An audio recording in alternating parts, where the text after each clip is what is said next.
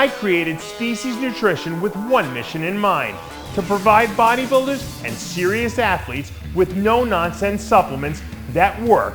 I put my name and reputation on every bottle of Species Nutrition products. If you want to be your absolute best, join the evolution.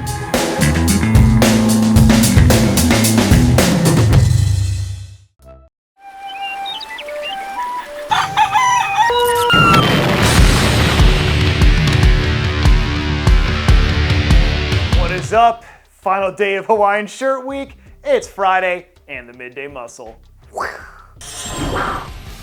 And as we head into the weekend, I'll bet a bunch of y'all are excited to see what happens at the Tampa Pro. Even if this one ends up being a one-horse race, like some people are saying it might be, because it's looking more and more like this will be the stage for one of those vintage performances from Hunter LABRADA.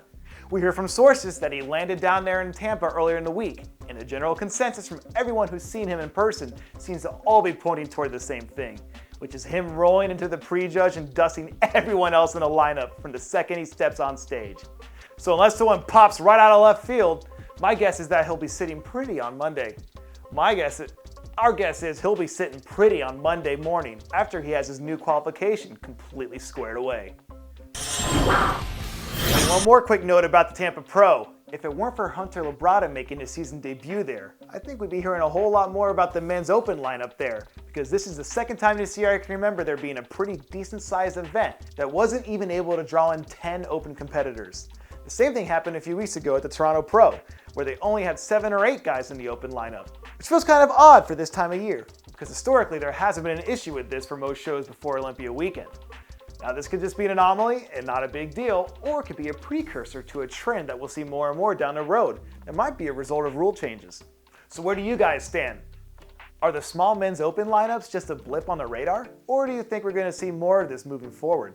Speak your mind in the comments below.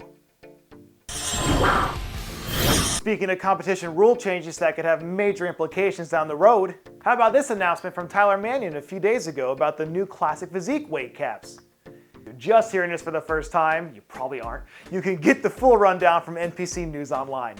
But Cliff Notes version goes something like this. They're upping weight caps effective immediately, which really seemed to catch a lot of people by surprise based on some of the feedback we've seen. To be honest, I don't know how much of an impact this is going to have on the immediate future of anyone in the division, but my guess is that it won't be a net neutral across the board. So now another comment request. What do you think about this as well? Who are the winners and losers here? Let us know what you think down below and whether or not you think it'll have a significant impact on anything that happens for the rest of 2023.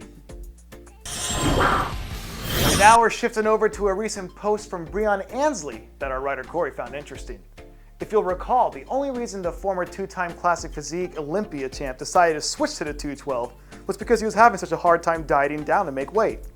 But now that he has some more leeway there, even he was openly wondering whether this might be an opportunity for him to shift back to Classic again. And I'm sure that Breon isn't the only one having these thoughts, but it's probably the most consequential name we can come across right now after this announcement was posted.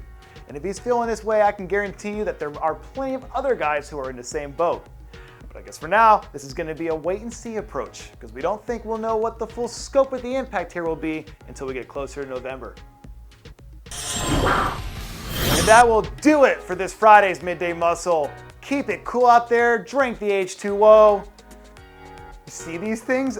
I gotta go shred the gnar.